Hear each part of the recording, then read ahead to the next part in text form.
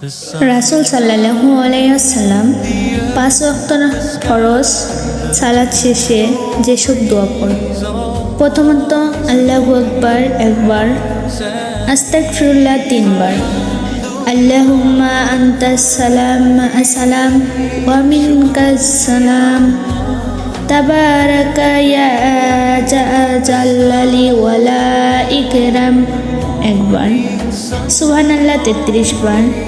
আলহামদুলিল্লাহ ৩৩ বার, আল্লাহু আকবার ৩৩ বার, লা ইলাহা ইল্লাল্লাহু ওয়াহদাহু লা শারীকা লাহু লাহুল মুলকু ওয়া লাহুল হামদু ওয়া হুয়া আলা কুল্লি শাইইন কাদির একবার, লা ইলাহা ইল্লাহু ওয়াহদাহু লা শারীকা লাহু লাহুল মুলকু ওয়া লাহু হামদু ওয়া হুয়া আলা কুল্লি শাইইন কাদির, আল্লাহুম্মা লা মানিয়া লিমা আতাইতা আলা মুতিয়া লিমা আমানাত ওয়ালা ইয়ানফাউ যাল জাদ্দি মিনকাল জাদ্দু একবার,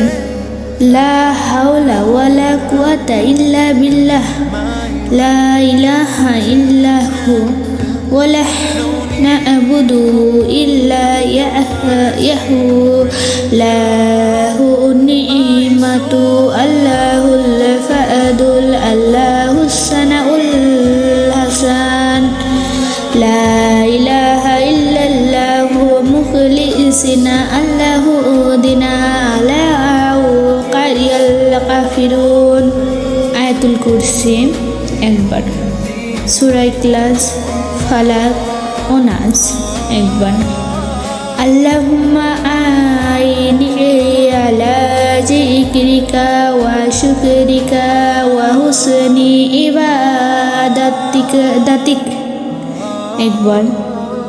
আল্লাহুম্মা আকিনি আযাবাকা ইয়া মা